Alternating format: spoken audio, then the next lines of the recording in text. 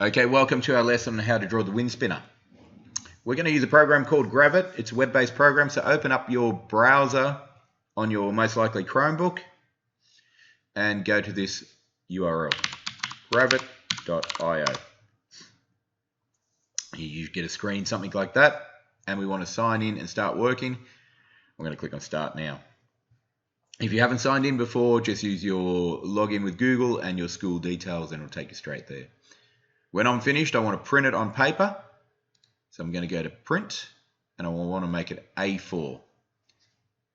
There's my size of my A4 page. That'll come in handy later, 210 by 297. I want to start with the border, so I'm going to draw a rectangle around there. So this gives me the list of shapes I can use. I'm going to use rectangle and draw a rectangle. So I just clicked on the shape, the rectangle. If I want to use a shortcut, I can use the letter R, and then I just draw it roughly where it is going. It's a grey rectangle, but I don't want it a grey rectangle. I want a black line and nothing in the inside. So with it selected, I'm going to come over here and I'm going to add a border and maybe make it 2 points. So nice thick black border like that, but I want to get rid of the grey. So I'm going to click on it, select the grey fill, and click on the little trash can. Gone. So now it's just a line with empty space. But I want to get it in the right position, so I'm going to select it again. I'm going to move this little anchor point 10 mil in and 10 mil down. Now I need that 10 mil to be nice and even. So I know my page is 210, so this rectangle will be 190. And I know it's 297, so I need to take away 20 to 277. And now I've got a perfectly square or rectangle sitting right in the center of my page. I'm going to come over here to the left where it says rectangle. I know that's the rectangle because if I click on it, it highlights. And I'm going to lock it. I'm happy where that is. I don't want it to accidentally move on me. I need 2 more rectangles, one being a square and one being a rectangle. I'm going to draw them. So click on rectangle or press R, roughly do a square. If I hold down shift, it'll mean it's going to be square. And let's do a rectangle up here. The blue lines let me align things and the purple lines let me position them. I probably want them about like that. If I'm not seeing the blue lines where it locks together, snaps together, make sure this magnet is turned on. I want these to have a black border around them, so I'm going to select them both and click on border. Here we go. Now I'm going to position them and give them dimension sizes. This one is square, so what I can do is lock it so it's proportional. If these numbers are different, don't use that button. Let's make it 50 by 50, and I'm using tab to go back and forth. So tab to go to the next one, shift tab to go back. That is now exactly what I want it to be. This one I want to be 30, 170. There we go. And I can move them anywhere I want the screen. Make sure they're relatively evenly spaced, okay, and aligned at the top. Now that I've got them the dimensions I want them to be, I'm going to put in my fold lines. I'm going to use a different shape. I'm going to use a line, shortcut L. Now with that snap on, it will want to snap to corners, intersections, and useful points, okay? So the impeller, the blade of the spinner, has 2 fold lines. They come, and I'll zoom in. So I held down control and rolled the wheel to zoom in. So they come from the center point here to the center point there, and the same on this side. So here we go. Left button, drag, let go. Click on line. Left button, drag, and let go. And it'll lock it in. I can see 2 paths here. That's my line. I can select them over here, which is easier at this stage than coming over here because I'll keep picking the rectangle, and I don't want that. I want to pick the line, and sometimes it can be hard to pick. So I can pick them over here. I held down Shift and picked them both, and I'm going to turn them into a dashed line. To do that, I move over here to where it says Borders, Advanced, and make it 5mm dashed line, and I like to make a little gap of 5mm as well. So there we go, we've got 2 dashed lines. I'm going to zoom out with the control button. Now if I roll the wheel normally, it goes up and down. If I hold down Shift,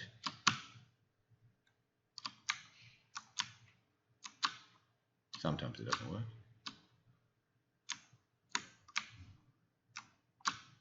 Aha, it worked. If I hold down Shift, it'll go left and right. Now the rectangle's got 2 folded lines down the side, and then it also has little markings where it folds along here and here, 50mm in. So let's get our line tool and come down here.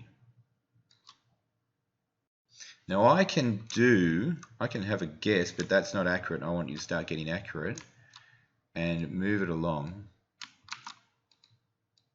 Move it along. But I can only get the midpoint and the end. I want to come in 5mm. I can play around with these numbers up here and get it, or I can do this. I'm going to draw a little rectangle, and I'm going to make it 5mm by 5mm, and I'm going to get it aligned to the left hand side. Now when I move my line there, I can get it 5mm.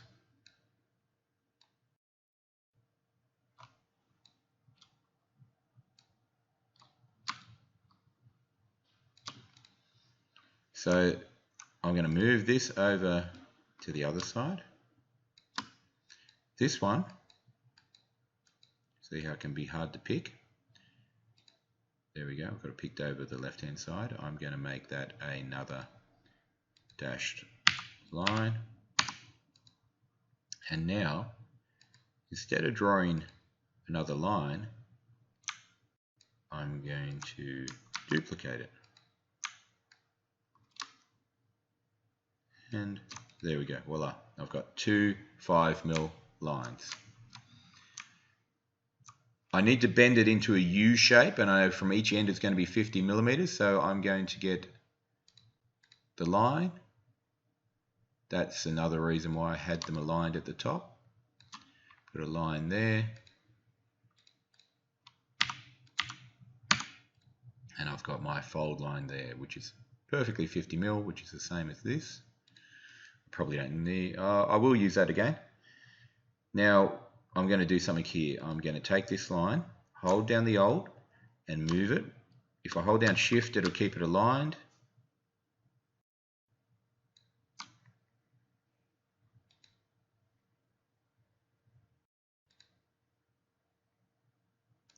Sorry about that.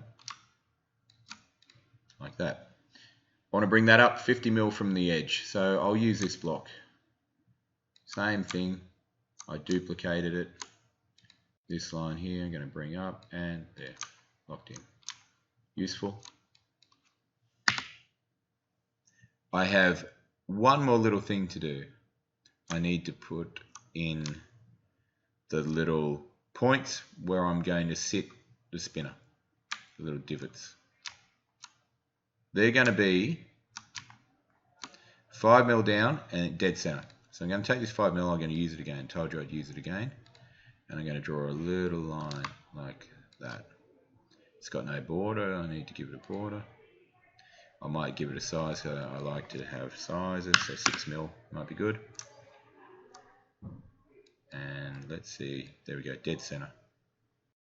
I'm going to draw another one. Make that 5mm. Made it 56.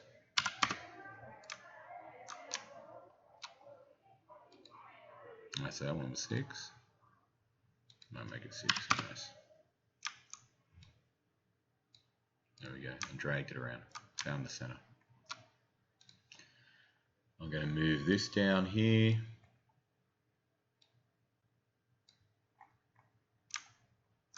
And then I'll move both of them.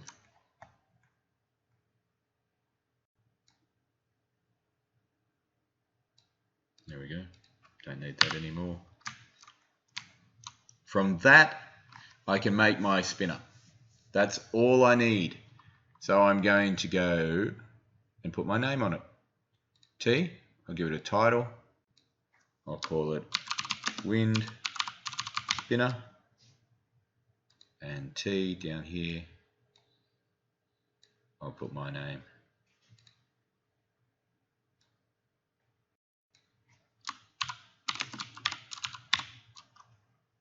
Maybe I'll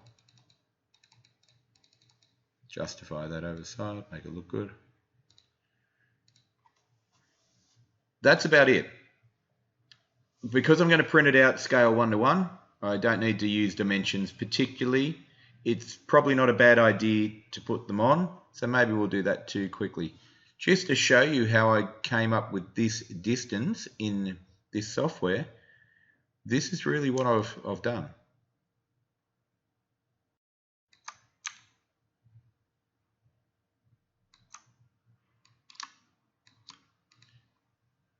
That.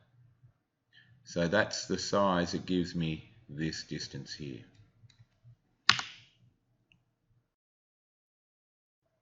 Let's put some dimensions on there, just really simple. I'll use the text and I'll put it underneath. I'll say 50 by 50. And then down here,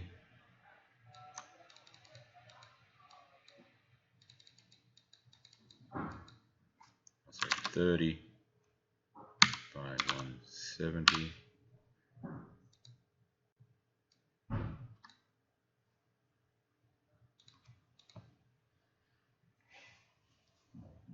Perfect. Let's get into the workshop.